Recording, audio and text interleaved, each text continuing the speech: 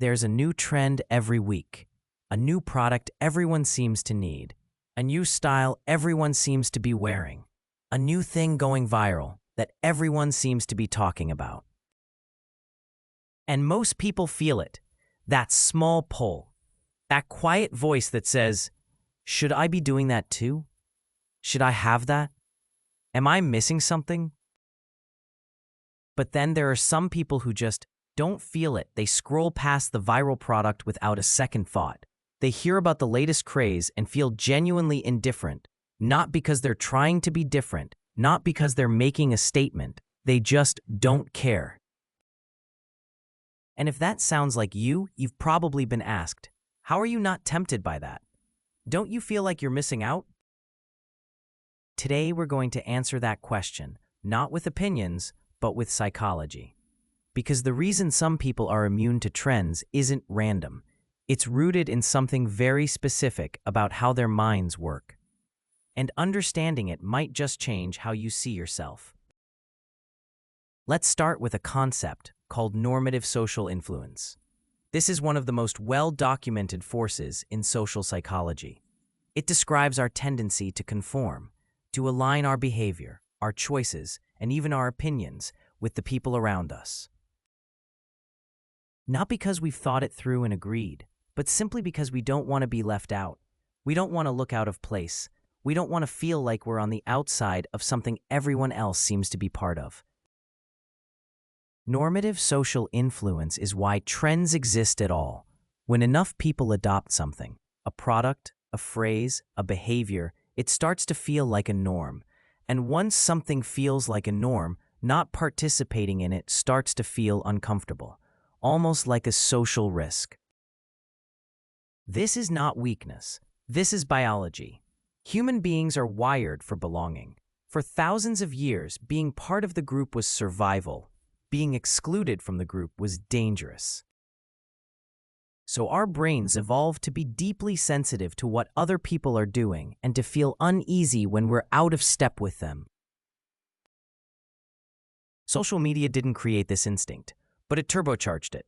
Platforms are engineered deliberately to amplify social signals, to show you what's trending, what's popular, what everyone else is buying, doing, wearing, and watching.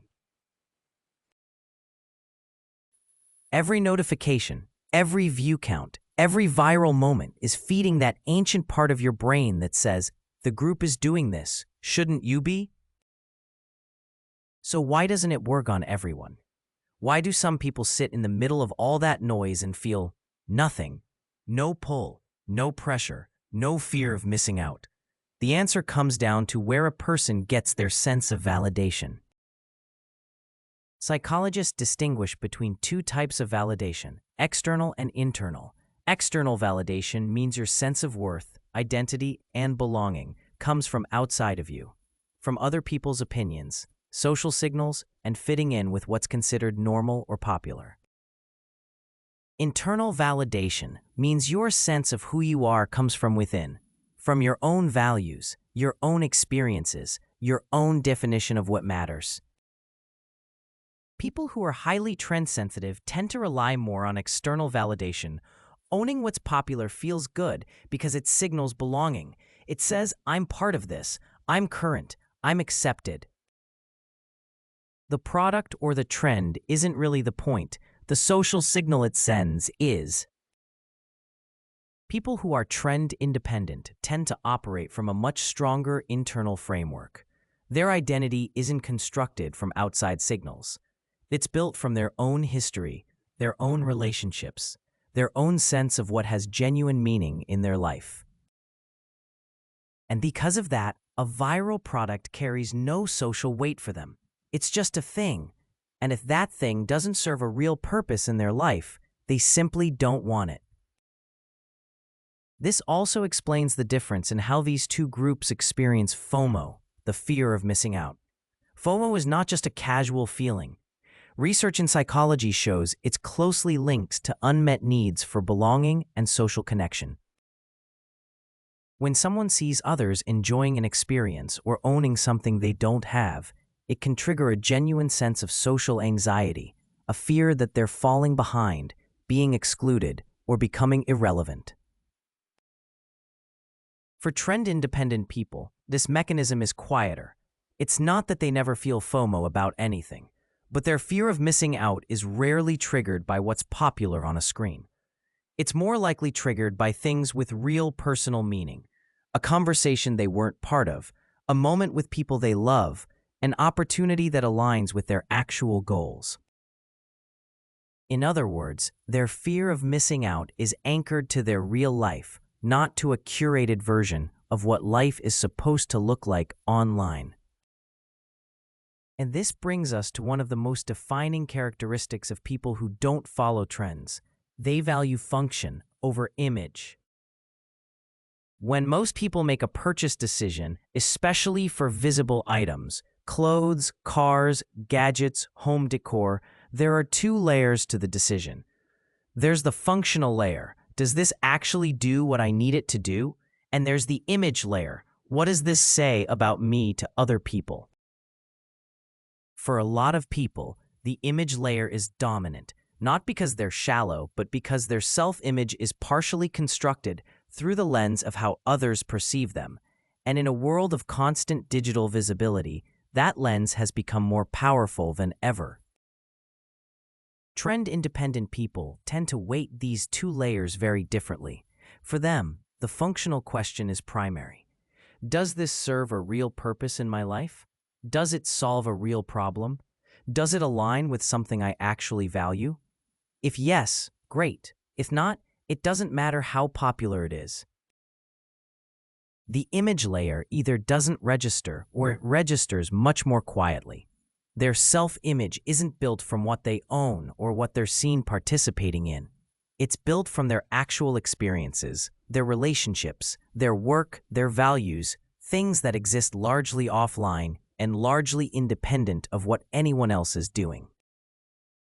Here's the deeper insight in all of this. We live in an era of what we could call digital conditioning. From a very young age, more and more people are forming their identities in environments where external feedback is constant, measurable, and immediate. Likes, shares, follower counts, trending sounds, all of it creates a loop where identity becomes increasingly tied to social performance and social approval.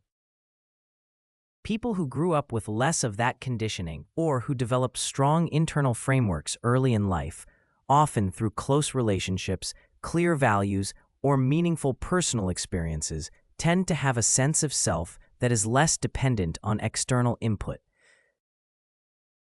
Their identity was shaped by their life, not by an algorithm. This doesn't make them better than anyone else. It makes them differently calibrated. And in a world that is increasingly designed to capture attention and manufacture desire, being differently calibrated is a significant psychological advantage. It means you're less susceptible to manufactured urgency, less likely to spend money on things that don't genuinely serve you, less likely to make decisions based on what a screen tells you everyone else is doing, and more likely to make choices that are actually aligned with who you are and what you want your life to look like. So if you're someone who has never felt the pull of trends, now you know why. It's not apathy. It's not that you don't care about anything. It's that your sense of identity doesn't need external trends to feel complete. You've built consciously or not a self that runs on internal signal rather than external noise. And in a world that is engineered to make you feel like you're always missing something, that is one of the quietest and most powerful forms of psychological freedom there is. If this video gave you something to think about, leave a comment below. I'm genuinely curious. Do you feel indifferent to trends? Has it ever caused friction with people around you? Let me know. Like the video if you found it interesting, and subscribe if you want more content like